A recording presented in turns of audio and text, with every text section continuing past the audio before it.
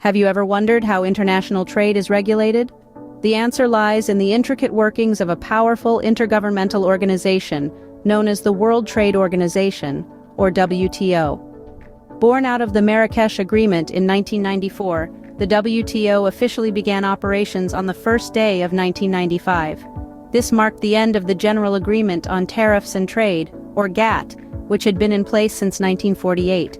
The WTO is now the world's largest international economic organization, with 164 member states that represent over 98% of global trade and global GDP.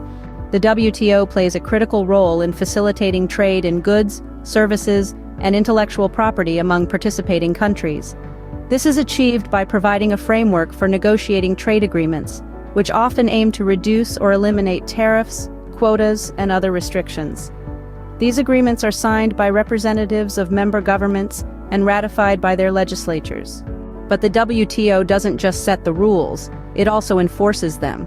It administers independent dispute resolution to ensure participants' adherence to trade agreements and to resolve any trade-related disputes. The organization prohibits discrimination between trading partners but provides exceptions for environmental protection, national security, and other important goals. The WTO is based in Geneva, Switzerland. Its top decision-making body is the Ministerial Conference, composed of all member states and usually convenes biennially. Day-to-day functions are handled by the General Council, made up of representatives from all members.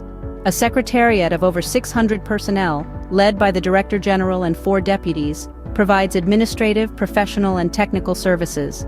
The WTO operates on an annual budget of roughly $220 million USD, contributed by members based on their proportion of international trade.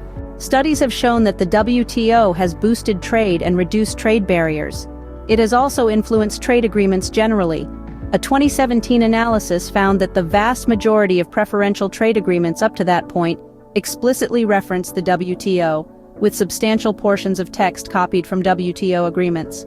However, critics argue that the benefits of WTO-facilitated free trade are not shared equally. This discussion continues today, shaping the future of international trade. Before the WTO, its precursor, the General Agreement on Tariffs and Trade, GATT, was established by a multilateral treaty of 23 countries in 1947 after World War II. This occurred in the wake of other new multilateral institutions dedicated to international economic cooperation, such as the World Bank and the International Monetary Fund. A comparable international institution for trade, named the International Trade Organization, never started as the US and other signatories did not ratify the Establishment Treaty, and so GATT slowly became a de facto international organization. In summary, the WTO is a powerful organization that regulates international trade. It was established in the mid-90s, replacing the GATT, and has since grown to become the world's largest international economic organization. It facilitates trade by providing a framework for negotiating agreements and administers independent dispute resolution. Despite some criticisms, the WTO continues to play a critical role in shaping the landscape of global trade.